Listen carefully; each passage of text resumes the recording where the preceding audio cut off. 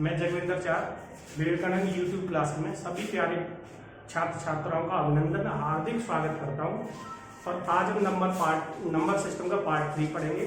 जिन संख्याओं में आज हमें जो पढ़ना है वो संख्या मैंने बोर्ड पर लिख रखी है। सबसे पहले हम बात करेंगे, हमने लास्ट क्लास में बातें की थी परमेय संख्याओं की, इसमें बात करेंगे अपरमेय संख्याओं की। अपरमेय संख्याओं के बाद हम बात करेंगे वास्तविक संख्याओं की, और वास्तविक संख्याओं के बाद हम इन तीन से योगात्मक, तत्समक, एडिटिव आइडेंटिटी, योगात्मक प्रतिलोम, एडिटिव इनवर्स और गुणात्मक तत्समक को हम जानेंगे। तो हम क्लास को स्टार्ट करते हैं। और पिछले दो वीडियो में हमने नंबर सिस्टम पार्ट 1 और पार्ट 2 को लेकर बनाए हैं। आप सारे बच्चों से मेरा अनुरोध है कि उन दोनों वीडियो को देखें और उनमें जो चीजें आपको अच्छी लगे उन्हें नोट करें। और इन नंबर सिस्टम को खत्म होने के बाद हम संख्याओं पर आधारित 50 से या 60 प्रश्नों की प्रश्नोत्तरी लेके आएंगे, जिसमें आपके सारे महत्वपूर्ण प्रश्नों को कवर कराने की कोशिश की जाएगी।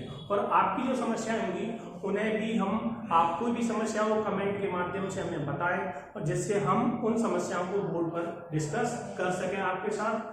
तो वी आर स्टार्ट करते हैं अपना नया टॉपिक, नया नंबर सिस्टम स्टार्ट करते हैं। और पहले हम समझते हैं अपरमेय संख्या।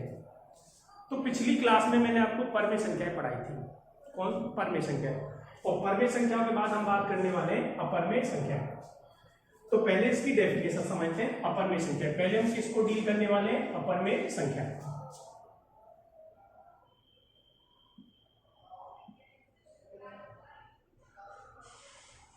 अपरमेय संख्या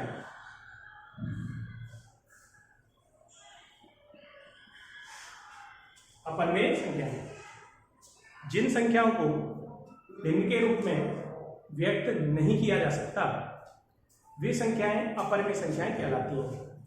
ऐसी संख्याएं आती कहां से, मैं आपको समझाता हूं। तो मैंने कल एक बात बताई थी आपको, दो तरह के नंबर होते हैं। एक तो शांत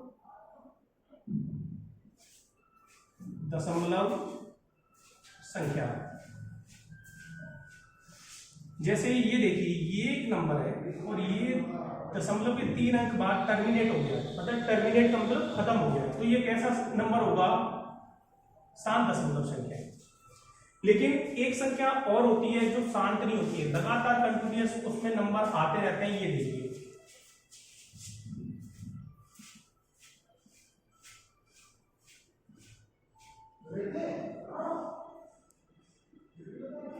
ये देखिए,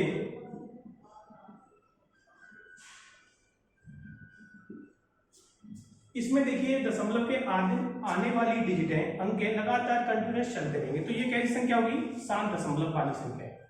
चलो, मैंने एक और बात बताई थी कल लास्ट क्लास में, कुछ संख्या ऐसी होती हैं जो अशांत होती हैं, लगातार चलती है, लेकिन उनमें पैटर्न जनरेट होता है। जैसे ये देखिए, एक नंबर में आपके सामने और लिख रहा हूं, ये देखिए,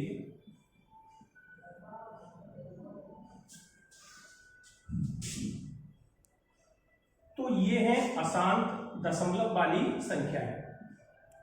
ये देखिए, यहां पर हम देख रहे हैं कि ये अशांत, और इनमें जो डिजिट आ रही है वो कंटिन्यूअस सतत लगातार आ रही है, लेकिन इनमें भी वो डिजिट आ रही है, लेकिन यहाँ पर 12 दो का पैटर्न बार बार रिपीट हो रहा है। तो ऐसे नंबर कैसी संख्या कहलाएंगी? इनके ऊपर क्या लगा देंगे? बार।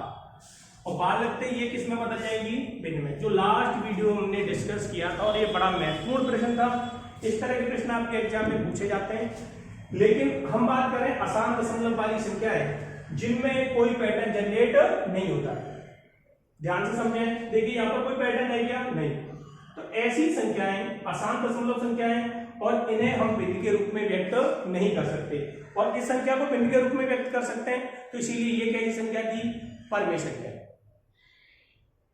तो अब हम बात करने वाले हैं जिन संख्याओं को हम भिन्न के रूप में व्यक्त नहीं कर सकते, अशांत दशमलव वाली संख्याएं जिनमें किसी भी अंक की पुनरावृत्ति बार बार नहीं होती। तो ऐसे नंबर आते क्या होंगे?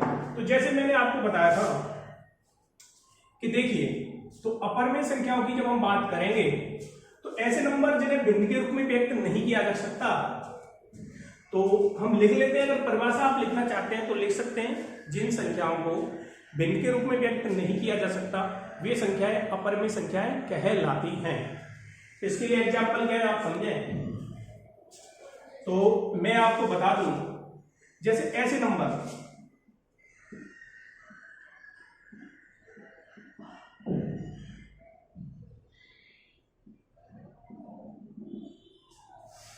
ये आसान दशमलव संख्या है, इसमें कोई पैटर्न नहीं है, तो ये जो संख्या होगी तो प्यारे बच्चे कैसी होगी, अपरिमेय। ये नंबर होगा अपरिमेय संख्या और इसे हम भिन्न के रूप में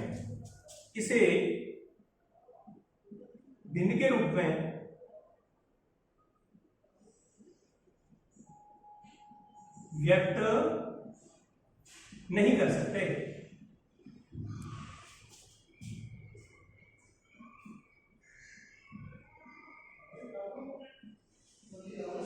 नहीं कर सकते। तो ऐसे नंबर कौन से नंबर होते हैं, अपरिमेय संख्या होती हैं। और ये नंबर कैसा आसान नॉन रिपीटेशन वाला है और ये अपरिमेय संख्या।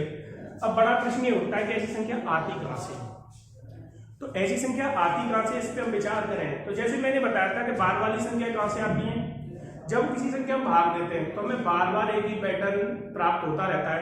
तो सारी संख्या कैसी बनी, बार वाली, और वो कैसी संख्या थी, परिमेय, और उन्हें भिन्न के रूप में बदलना भी हमने सीखा था।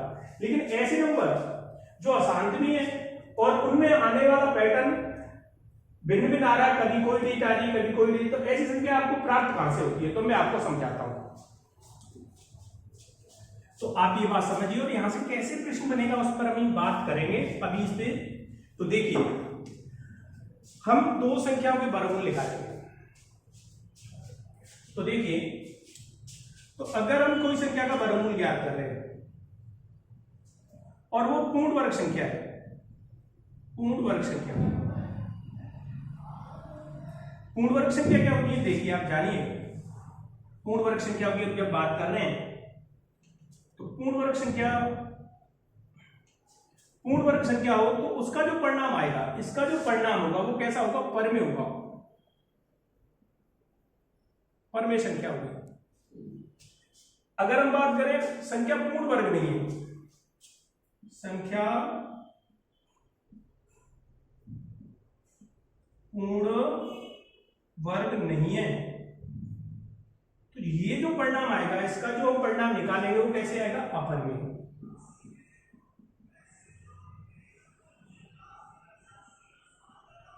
अपरिमेय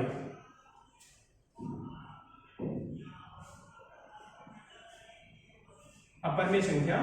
चलिए तो पहले आपको मैं पूर्ण वर्ग संख्या बताता हूं। पूर्ण वर्ग संख्याएं क्या होती हैं, जैसे पूर्ण वर्ग के लिए हम बात करें 1, 4, 9, 16, 25, 36, 49, ये पूर्ण वर्ग संख्या है, पूर्ण वर्ग संख्या। अब मैं और नंबर लिख रहा हूं जो पूर्ण वर्ग नहीं है। देखिए जैसे 2, 3, 5, 6 ये संख्या है, ETC ये संख्या है पूर्ण वर्ग नहीं है। तो अब हम बात समझते हैं कि अगर हम एक ऐसी संख्या का वर्गमूल ज्ञात कर रहे हैं जो पूर्ण वर्ग है, तो जो पूर्ण वर्ग का जो परिणाम आएगा वो परिमेय संख्या आएगी, और संख्या पूर्ण वर्ग नहीं है तो उसका वर्गमूल ज्ञात करेंगे तो कैसे आएगी, अपरिमेय। तो मैं आपको ये एग्जाम्पल के थ्रू समझाना चाहता हूं, हर चीज आपके सामने क्लियर करना चाहता हूं। जिन बच्चों को आती है अच्छी बात है, जिनको नहीं आती वो भी समझ सकें, ठीक है। सबको हम साथ लेकर चलने चाहते हैं, विवेकानंद का यही प्रयास है। कोई भी बच्चा कैसा भी हो, दूर हो, पास हो, कमजोर हो, सबको साथ लेकर चलना चाहते हैं। तो अभी आप बात करेंगे, आपको चीजें समझनी है, रटनी नहीं है, ठीक। तो देखिए जैसे हम कोई भी संख्या जो पूर्ण वर्ग है उसका वर्गमूल ज्ञात करते हैं, तो देखिए यहां पर, तो ये देखिए यहां पर एग्जांपल मैं आपके सामने लिख रहा हूं, ये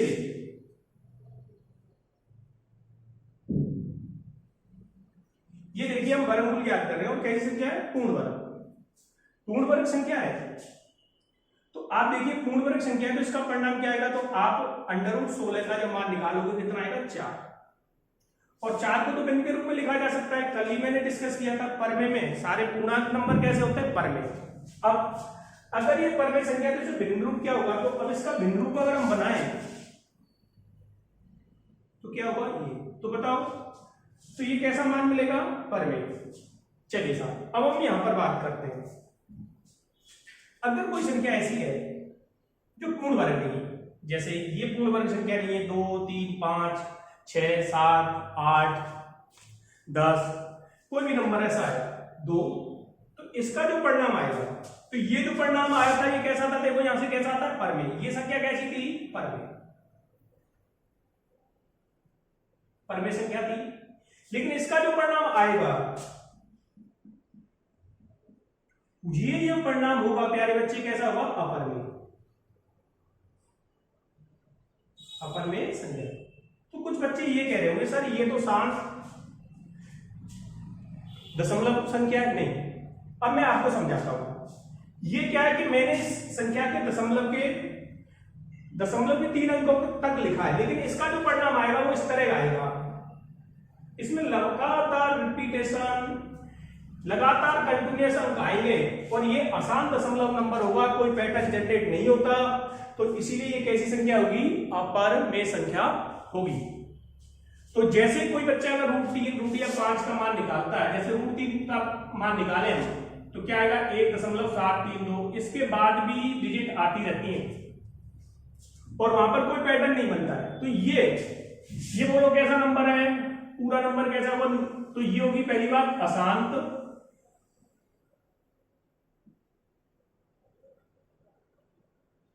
दशमलव संख्या होगी। और इसमें पैटर्न बन रहा है क्या, कोई नहीं, तो ये कैसा नंबर कहलाएगा, अपरमेय।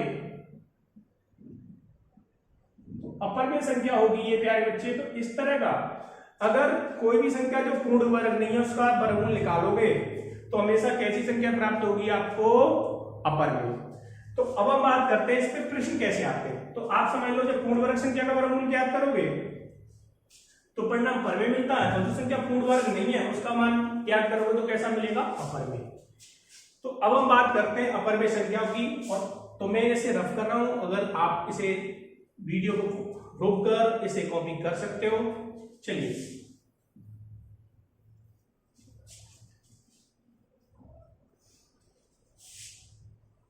तो अपरमेय संख्या का एग्जांपल क्या होगा प्यारे बच्चे, देखो अगर हम अपरमेय संख्याओं की बात करें, √2, √3, √5, ये सारी संख्या कैसी हैं, इत्यादि ETC। ये सारे नंबर जो पूर्ण वर्ग नहीं के वर्गमूल ज्ञात कर रहे हैं, इनका जब हम वर्गमूल निकालेंगे तो कंटिन्यूअस ऐसे नंबर मिलेंगे जो अशांत भी होंगे, ये इसका वर्गमूल कंटिन्यूअस चलता रहेगा। और ऐसे नंबर मिलेंगे उनमें कोई पैटर्न भी जनरेट नहीं होगा। तो ऐसे नंबरों को हम आसान दशमलव वाली संख्या कहेंगे और उसमें पैटर्न कोई जनरेट ना होने के कारण वो इन्हें भिन्न के रूप में नहीं बदला जा सकता। तो प्यारे बच्चे, तो ये नंबर कैसे होंगे, सारे अपरमेय संख्याएं होंगी। चलिए अब हम बात करते हैं यहां से प्रश्न कैसे आता है। तो अगला प्रश्न हम ले रहे हैं, तो इसमें नोट करके एक बात और लिखें, पाई तथा ई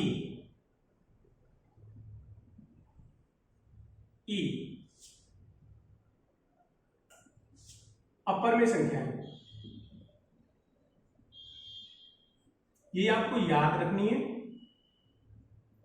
अगर ई की कोई बच्चा बात करता है तो जो साइंस साइड से बच्चे पढ़े हैं वो जानते हैं ई को बोलते हैं चरघातांकी। क्या बोलते हैं ई को, चरघातांकी। और पाई क्या एक कांस्टेंट वैल्यू है जो हम वृत्त का क्षेत्रफल ज्ञात करने के लिए इस कांस्टेंट का उपयोग करते रहते हैं। तो पाई तथा ई कैसी संख्या है, अपरमेय संख्या है। तो ये आपको पता होना चाहिए। तो ये कैसी संख्या होंगी, तो पाई तथा ई कैसी संख्या है, अपरमेय संख्या। तो कुछ बच्चों के दिमाग में ये बात आ रही होगी पाई का मान तो 22/7 होता है और 22/7 तो भिन्न रूप है, तो कैसी होनी चाहिए, परमेय। गलत। देखिए मैं आपको ये बात भी आपके दिमाग से जहन से निकाल दूं।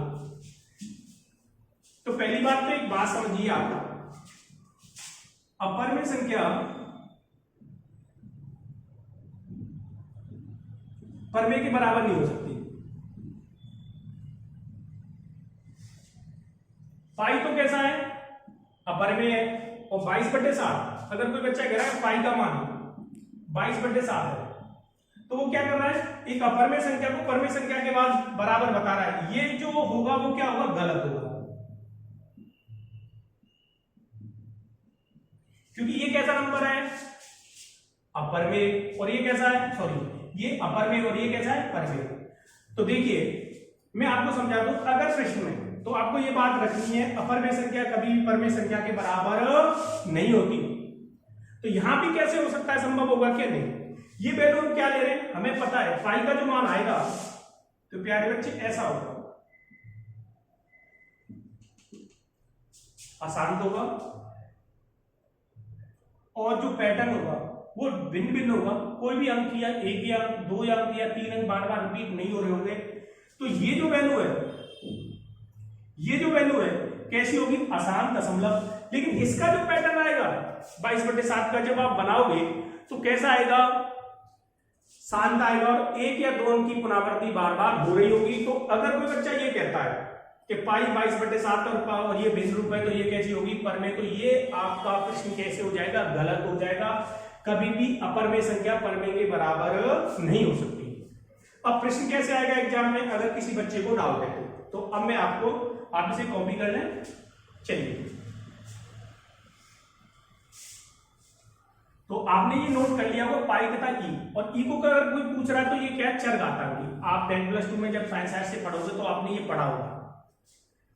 अगर एग्जाम में प्रश्न ऐसे आता है, पाई एक संख्या है,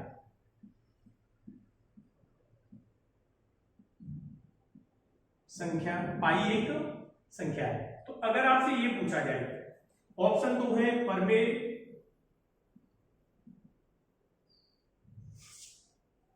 में संख्या आपको बताना है, दूसरा है अपरमेय, या फिर एग्जाम में ऐसे आए 22/7 एक संख्या है,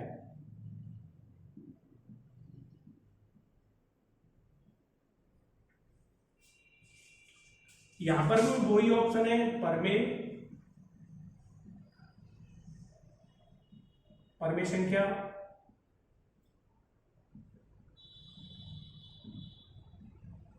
दूसरा अपरमेय संख्या। तो प्यारे बच्चे अभी मैंने बात की है पाई की, बात करें इस एग्जाम में, तो आपको पता है पाई कैसी संख्या होती है, अपरमेय संख्या होती है। तो आप यहां पर जो आंसर टिक करोगे ये,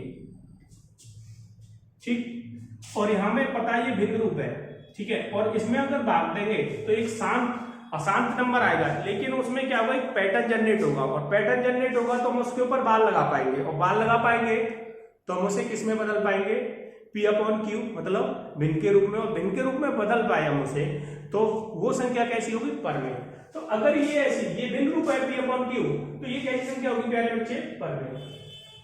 किन्हीं बच्चों के दिमाग में ये आ रही होगी बैठे बैठे कि सर प्रश्न में ऐसे दे दिया, पाई बराबर 22/7 और एक संख्या है,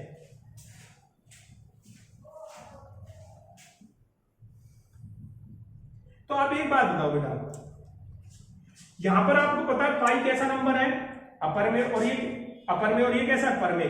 तो कभी भी कोई अपर में संख्या परमेय के बराबर हो सकती है। तो ये अगर ऐसे पूछेगा तो ये प्रश्न होगा कैसा बनेगा, गलत बनेगा, क्योंकि अपर में संख्या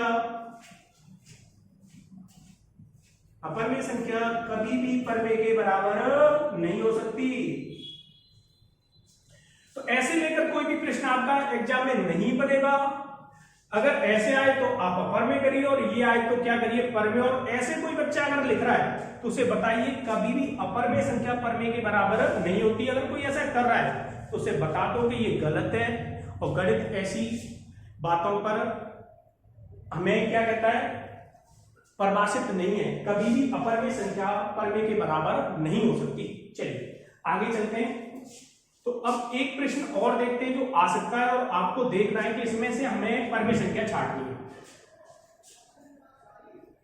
तो ये महत्वपूर्ण प्रश्न है, इससे पहले आप ध्यान रखें पाई और ई। अगर किसी को ई को लेकर है तो पाई तो आप जानते हो, ई को बोलते हैं हम चर घातांकी, चर घातांकी,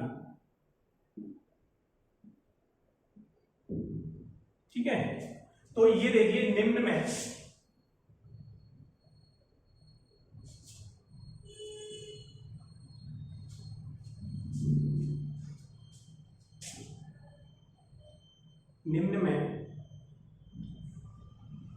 अपर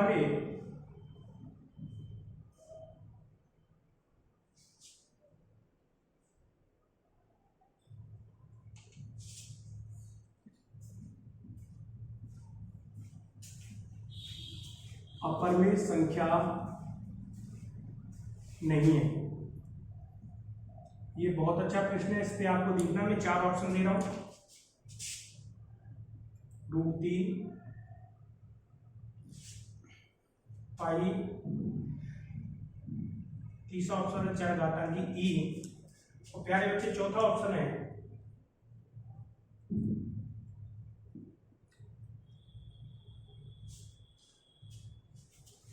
तो देखिए इस प्रश्न को हम ध्यान से देखें, इसमें कह रहा है निम्न में, नीचे लिखी हुई संख्या में से अपर में संख्या नहीं है। कौन सी संख्या अपर में नहीं है? अब देखिए अपर में संख्या क्या होती है, मैंने अभी एक बात बताई, ऐसी संख्या को वर्गमूल निकालने जो पूर्ण वर्ग ना हो तो कैसा मान देती है? अपर में। तो ये कैसी होगी? अपर में।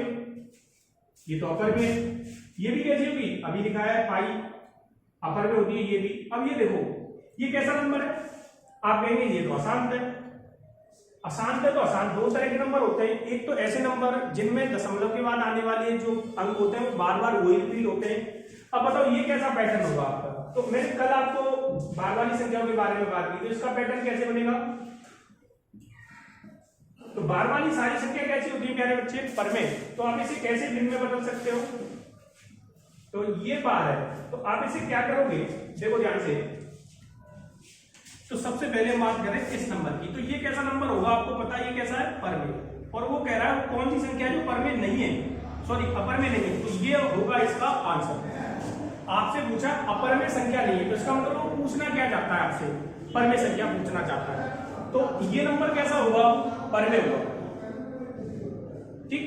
तो अगर हम इसको भिन्न के रूप में बदलें, तो कल की क्लास में मैंने आपके लिए डिस्कस किया था, तो आप क्या करोगे? पूर्णांक को अलग कर दोगे और दशमलव बार को इसमें से हटा देंगे, तो हटा दें दशमलव बार को, तो ये पैटर्न आपका आएगा, तो ये होगा भिन्न रूप। तो ये कैसा होगा? परमेय। इसका मतलब ये संख्या है, और हमसे पूछी क्या है? जो परमेय संख्या नहीं है। तो ये भी परमेय हो गई, ये भी परमेय हो गई, सॉरी ये भी अपर में हो गई, ये भी अपर में हो गई, ये भी अपर में हो गई, तो ये कैसी है? परमेय। तो ये आंसर आपका यहाँ पर टिक करोगे। तो मुझे उम्मीद है कि आपको अपर में और परमेय संख्या में दोनों में अंतर समझ में आया होगा, और किस तरह के प्रश्न एग्जाम में बन सकते हैं उन प्रश्नों पर मैंने बात आपसे की। अब हम बात करेंगे वास्तविक संख्या की। तो अगला जो नंबर है वो वास्तविक संख्या है। कैसी संख्या है? वास्तविक संख्या है। तो वास्तविक संख्याओं की हम बात करने वाले हैं। तो वास्तविक संख्याओं की हम बात करने वाले, तो आप समझिए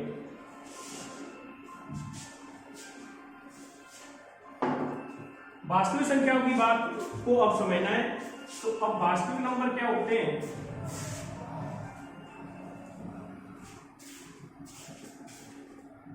वास्तविक संख्या। तो देखिए मैं आपको समझाता हूं वास्तविक संख्या, रियल नंबर्स। रियल नंबर्स क्या होते हैं, समझे इस बात को। तो देखिए अभी हमने दो प्रकार की संख्याएं पढ़ी हैं। एक तो पढ़ी अभी परमेय, और इससे लास्ट वाले वीडियो में पढ़ी थी, सॉरी अभी पढ़ी है परमेय, और इससे लास्ट वाले वीडियो में पढ़ी थी परमेय संख्या। तो इस हाथ में मेरे पास दुनिया की सारी परमेय संख्याएं, इसमें अपरमेय संख्या है। इन दोनों के समूह को, परमेय और अपरमेय संख्याओं के समूह को हम एक साथ रख दें, तो वो नंबर होते हैं, वो कैसी संख्या कहलाती है? वास्तविक संख्या। तो आप ऐसे समझ सकते हैं। तो देखिए ये तो दुनिया की सारी,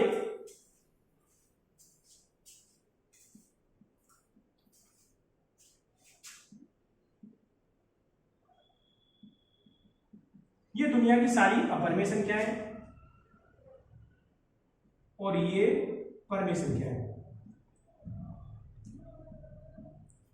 इन दोनों के समूह को मिलाकर तो इसका मतलब क्या आप समझिए कि अपरमेय और परमेय संख्याओं के समूह को मिलाकर हम कैसी संख्या कहेंगे? वास्तविक संख्या।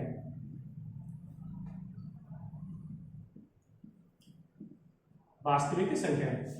तो आप इस वेन डायग्राम में समझ रहे होंगे अपरमेय संख्याएं और परमेय संख्याओं का जो समूह बनता है वो कैसी संख्या होती है? वास्तविक संख्याएं होती हैं। तो ये था हमारी वास्तविक संख्याओं को लेकर। अब बड़ा प्रश्न ये आता है कि वास्तविक संख्याओं की पहचान कैसे की जाए। तो मैं बता दूं, जो वास्तविक संख्या होती है उनके वर्ग हमेशा, उनके जो वर्ग होते हैं वो हमेशा कैसा मान देते हैं? धनात्मक मान हमें देते हैं। जैसे हमें कोई भी संख्या है, अगर हम उसका वर्ग कर दें और वर्ग करने पर हमें पॉजिटिव मान मिले, धनात्मक मान मिले, तो वो कैसी संख्या होगी? वास्तविक। तो आप इसे कॉपी कर लेंगे। तो अगर आपसे कोई डेफिनेशन पूछे वास्तविक संख्या होगी तो आपको क्या बताना है? अपरमेय संख्या और परमेय संख्याओं का जो समूह बनेगा वो कैसी संख्याओं का होगा? वास्तविक संख्या।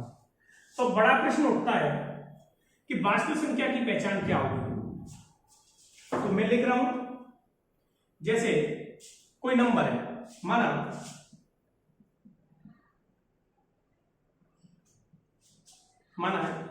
संख्या x है और हमें ये बताना है कि वास्तविक नंबर होगा, कोई भी नंबर आपको दे सकता है। तो आपको क्या करना होगा? सर्वप्रथम क्या करें? x का वर्ग करें और वर्ग करने पर 0 से बड़ा मान। तो 0 से बड़ा मान का मतलब क्या है? धनात्मक मान, पॉजिटिव नंबर। किसी संख्या का वर्ग धनात्मक आता है तो वह संख्या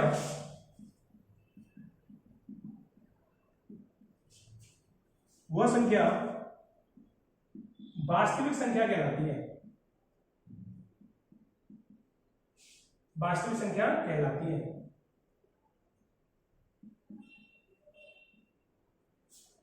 वह संख्या कैसी संख्या कहलाती है? वास्तविक संख्या कहलाती है। चलिए, अगर किसी संख्या का वर्ग करने पर निगेटिव वैल्यू आती है, ऋणात्मक मान आता है प्यारे बच्चे, ऋणात्मक मान, तो वो संख्या काल्पनिक संख्या होती है। काल्पनिक संख्या आपके सिलेबस में नहीं है। चलिए सर, अगर किसी संख्या का वर्ग अगर निगेटिव आए तो वो काल्पनिक संख्या होती है। तो अब हम ये कैसे किसी बच्चे को बताएं? अगर कोई विद्यार्थी ऐसा है जो अभी सीख रहा है रियल और संख्या कैसी होती है, कैसे पहचान करें, तो उस बच्चे को सर्वप्रथम क्या करना पड़ेगा? उस संख्या का क्या करना पड़ेगा? वर्ग। और वर्ग करने के बाद अगर वो पॉजिटिव नंबर देती है, कैसा मान देती है? पॉजिटिव, तो वो कैसी संख्या होगी प्यारे बच्चे? वास्तविक संख्या होगी। चलिए एक एग्जाम्पल के माध्यम से हम समझते हैं, एक उदाहरण के माध्यम से। अगर आपसे यह पूछे कोई -2 एक संख्या है, आपसे पूछा है -2 संख्या है, तो ये ऑप्शन है। देखिए वास्तविक संख्या है क्या ये काल्पनिक है। तो ये आपके नॉलेज के लिए बताया जा रहा है। तो जिस नंबर ये संख्या है आपको पिक करना है कि ये वास्तविक संख्या है या काल्पनिक संख्या। तो आप क्या करोगे? इस नंबर का वर्ग करोगे। सर्वप्रथम क्या करोगे? इसका वर्ग करोगे, -2 का वर्ग करोगे। तो -2 का मतलब -2 का गुणा 2 बार करेंगे। अच्छा सर, माइनस माइनस का जब मल्टीप्लाई करते हैं सेम साइन हो तो या ये दोनों पॉजिटिव हो या नेगेटिव, तो परिणाम कैसा बनता है? पॉजिटिव। तो माइनस माइनस कैसा हो जाएगा? पॉजिटिव। और ये कैसा परिणाम आया है? देखो धनात्मक। और धनात्मक आते ही ये कैसी संख्या होगी? ये कैसा मान है? बोलो धनात्मक। और धनात्मक आते ही ये कैसी संख्या होगी? वास्तविक संख्या। वास्तविक संख्या होगी। तो सर्वप्रथम किसी भी संख्या को आपको ये देखना है कि वो वास्तविक संख्या या काल्पनिक, तो उसका वर्ग करेंगे। वर्ग किया, वर्ग करने के बाद आप ये देखिए, वर्ग करने के बाद इसका परिणाम धनात्मक आया और धनात्मक आते ही ये कैसी संख्या कहलाएगी? वास्तविक संख्या कहलाएगी। तो ये था आपकी वास्तविक संख्या को ये देखना कि वास्तविक है या काल्पनिक है। तो इस एग्जांपल के माध्यम से आप समझोगे। पहले उसका वर्ग करके देखना, वर्ग करने पर पॉजिटिव मान आए तो वास्तविक संख्या है। अब मैं आपके सामने एक और एग्जांपल रखता हूं।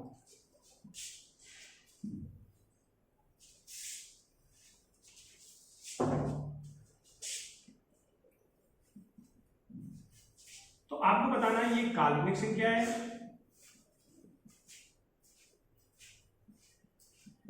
या वास्तविक।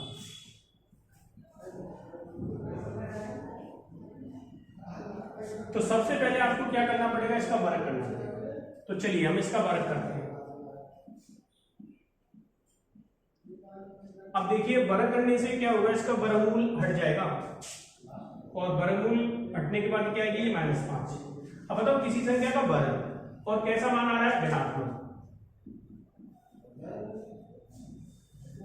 तो जब किसी संख्या का वर्ग मान ऋणात्मक आता है, कैसा आता है प्यारे बच्चे, निगेटिव, ऋणात्मक आता है, तो वो संख्या कैसी होती है, काल्पनिक, काल्पनिक संख्या होती है। तो आप एक बात बताइए, अगर हम इसका वर्ग कर रहे हैं और मान कैसा आता है, ऋणात्मक, तो किसी संख्या का वर्ग अगर ऋणात्मक आता है तो कैसी संख्या होती है प्यारे बच्चे, काल्पनिक। तो -√-5 कैसी संख्या होगी, काल्पनिक। तो आपको वास्तविक और काल्पनिक संख्या दोनों समझ में आई होगी, ठीक है। अब बात करते हैं योगात्मक तत्समक। योगात्मक तत्समक क्या होता है, उस पर हम थोड़ी सी विचार करते हैं और ये छोटे छोटे 2-3 पॉइंट है, उनको हम समझते हैं।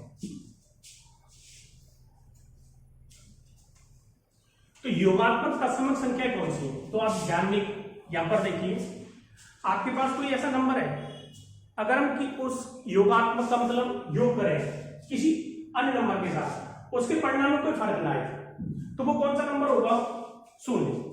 तो देखिए, तो आप देख रहे योगात्मक तत्समक संख्या कौन सी है, मैंने कौन से बोला है, 0 योगात्मक तत्समक संख्या है।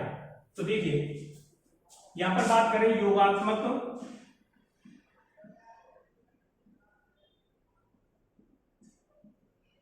संख्या, तो वो कौन सी है, 0 योगात्मक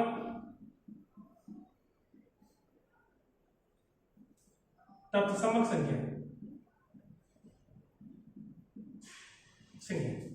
जैसे किस गुण के कारण, गुण संख्या, जैसे 13 में हम 0 को जोड़े 13 में, तो क्या परिणाम आएगा, 13। अगर हम 52 में 0 को जोड़े तो परिणाम क्या आएगा, 52। तो देखिए 0 को किसी नंबर के साथ जोड़ा जाए, समय ना, 0 को किसी नंबर के साथ जोड़ा जाए तो उस संख्या के परिणाम पर कोई प्रभाव नहीं पड़ता।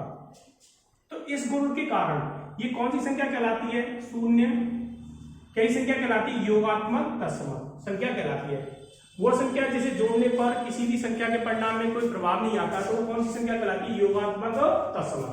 तो ये आपको समझ में आ गया होगा। यहाँ से एग्जाम में प्रश्न कैसे आएगा वो भी देख लेते हैं। तो 0 हमेशा कौन सी संख्या है, योगात्मक तत्समक। कौन से गुण के कारण, 0 एकमात्र हमारे नंबर सिस्टम में, संख्या पद्धति में 0 मात्र एक ऐसी संख्या है जिसको जोड़ने पर किसी भी संख्या में उसके परिणाम पर कोई प्रभाव नहीं आता। देखो 13 के साथ 0 को जोड़ा तब भी 13 है, और 52 के साथ 0 को जोड़ा तब भी 13 है, सॉरी 52 आ रहा है। तो 0 इस गुण के कारण कौन सी संख्या कहलाती है, योगात्मक तत्समक। इस तरह का प्रश्न आपके एग्जाम में पूछा गया है। चलिए अब हम बात करेंगे योगात्मक प्रतिलोम की।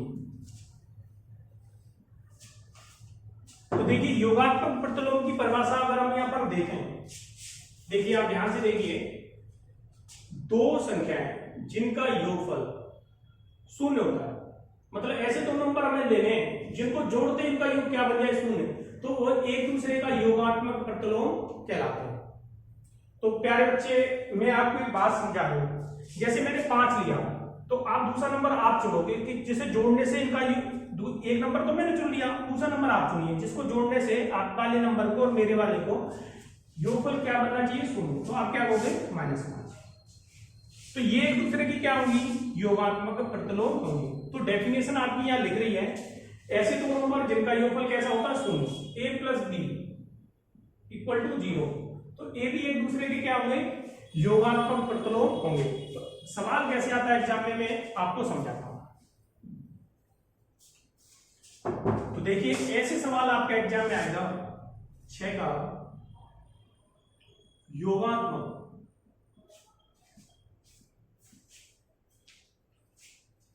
प्रतिलोम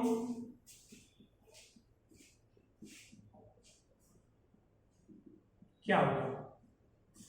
तो प्यारे बच्चे ऐसा जब सवाल आपके एग्जाम में बने, ऑप्शन ऐसे होंगे, 1, 0, 1/6 है। अब आप ये देखिए योगात्मक प्रतिलोम का मतलब क्या है, दोनों नंबर का योग 0 होना चाहिए। तो 6 के साथ किसी नंबर को जोड़े जिससे जुड़ते ही ये 6 और उस नंबर को जुड़ते ही क्या हो जाना चाहिए 0। तो 6 के साथ क्या जोड़े -6, तो क्या बनेगा 0। ठीक है, तो आप वैसे भी देख सकते हैं 6 में जोड़ते ही उस नंबर को, जैसे मान लें a है वो नंबर, तो क्या होना चाहिए 0। तो a की वैल्यू क्या आएगी -6, ये अकॉर्डिंग टू डेफिनेशन। तो ये हो गया आपका कौन सा योगात्मक प्रतिलोम। ठीक, अब हम बात करेंगे गुणात्मक तत्समक की। तो गुणात्मक तत्समक क्या है, गुणात्मक तो गुणा करना। तो आपके पास कोई ऐसा नंबर है प्यारे बच्चे जिसका हम गुणा करें और गुणा करने से उस संख्या के परिणाम पर कोई प्रभाव ना आए।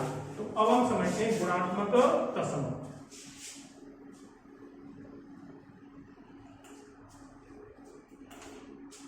गुणात्मक तत्समक, तो डेफिनेशन क्या है, एक गुणात्मक तत्समक संख्या कहलाती है। तो क्या गुण है इसको समझते हैं। तो देखिए एकमात्र ऐसी संख्या है, इस संख्या का किसी भी नंबर के साथ गुणा करो कोई नंबर आता है, अगर हम इसे इसके साथ गुणा करें तब भी वही आता है। तो इस गुण के कारण एकमात्र नंबर सिस्टम में हमारी संख्या पद्धति में एक ऐसी संख्या है, मात्र एक 1, जिसका किसी भी संख्या के साथ गुणा किया जाए तो जिस संख्या के साथ हम गुणा करते हैं वही परिणाम गुणनफल के रूप में हमें प्राप्त होता है। इस कारण ये संख्या क्या कहलाती है, गुणात्मक तत्समक संख्या कहलाती है। एग्जाम में प्रश्न कैसे आएगा, मैं 2 प्रश्न लिख रहा हूं और दोनों पे आपको ध्यान देना है। पहला प्रश्न ले रहे हैं हम योगात्मक तत्समक को लेकर। पहला प्रश्न है निम्न में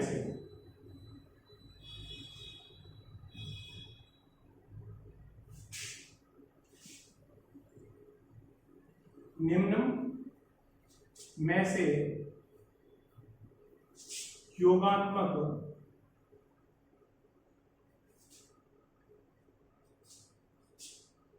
तत्समक संख्या है, तत्समक संख्या है।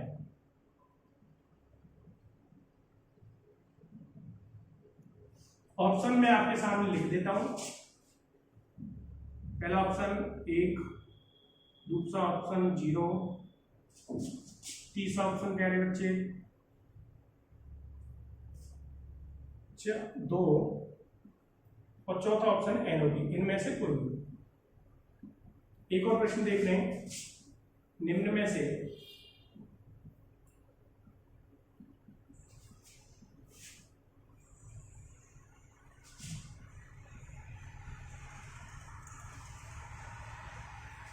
गुणात्मक तत्समक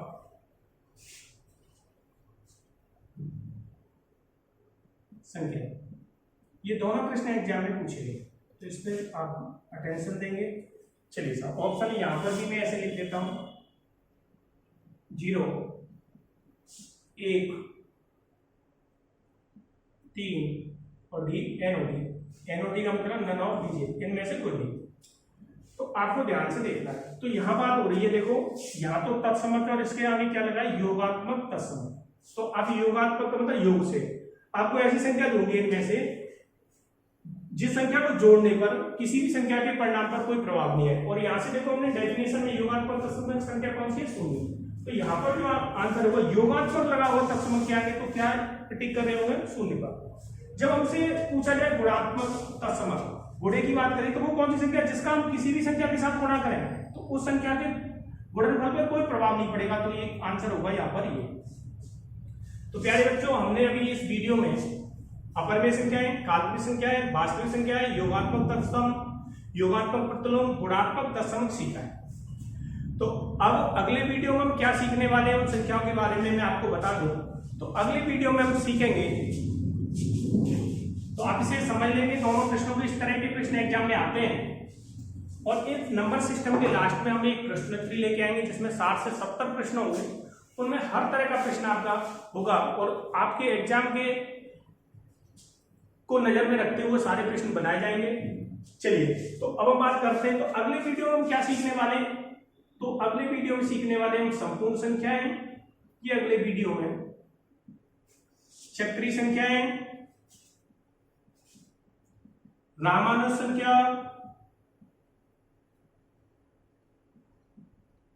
संख्या, ये संख्याएं हम अगले वीडियो में सीखेंगे। ठीक है।